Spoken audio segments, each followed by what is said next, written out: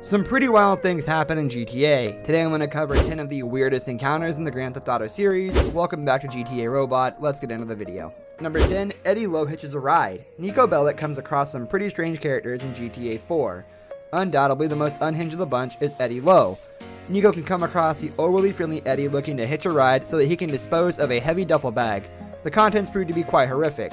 Eddie's dialogue, performed in a childish, sing-song voice, gets progressively creepier by the minute. It becomes apparent that Eddie is in fact a serial killer who prowls the streets of Liberty City looking for his next victim. After dropping him off, Niko can actually encounter him a second time, during which Eddie will become hostile. The player needs to put him down for good. Number 9, Auntie Paulette's mind-controlling key. Tommy Vercetti deals with a lot of other criminal gangs during his stay in Vice City. He works for many of these organizations at one time or another and always for a price. One gang, the Haitians, is a bit different. Led by the elderly Auntie Paulette, she manipulates Tommy into doing her bidding through an unusual method of coercion. Auntie Paulette is able to control Tommy's mind by the way of the tea he drinks. It's the work of some kind of voodoo magic, a concept that's rarely seen in GTA. Number 8, Smoke at Your Own Risk.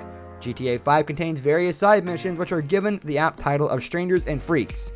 One of these individuals can actually be met by all three protagonists. If visiting Legion Square, players may come across Barry, an advocate of legalization for marijuana.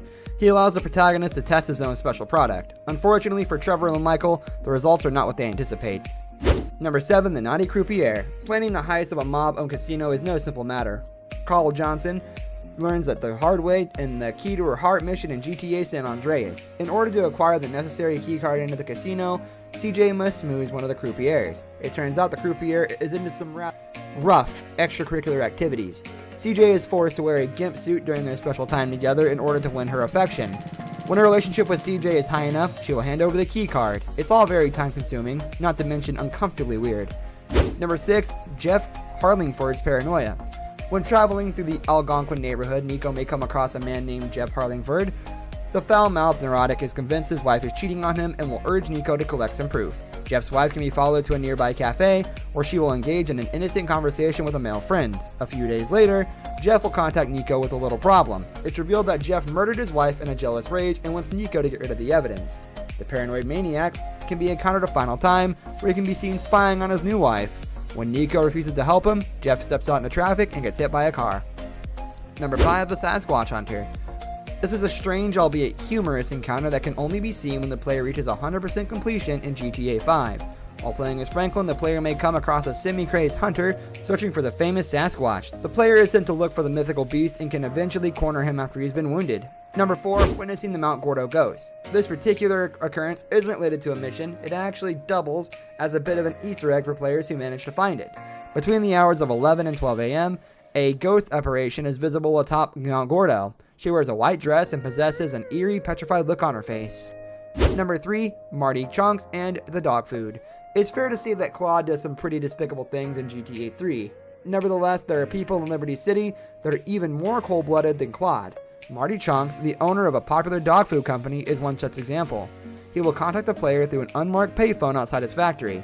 Marty has a series of rather odd requests for Claude. He asks the player to deliver a total of 5 individuals to him, including his wife and bank manager. Number 2, the Stalker Tourists. Yet another Strangers and Freaks side mission from GTA 5. This particular episode involves Trevor and 2 loony British tourists. Nigel and Miss Thornhill's admiration for the rich and famous of Los Santos goes a little too far though. They'll ask Trevor to collect various souvenirs from their favorite celebrities. The player can fulfill these tasks for the couple.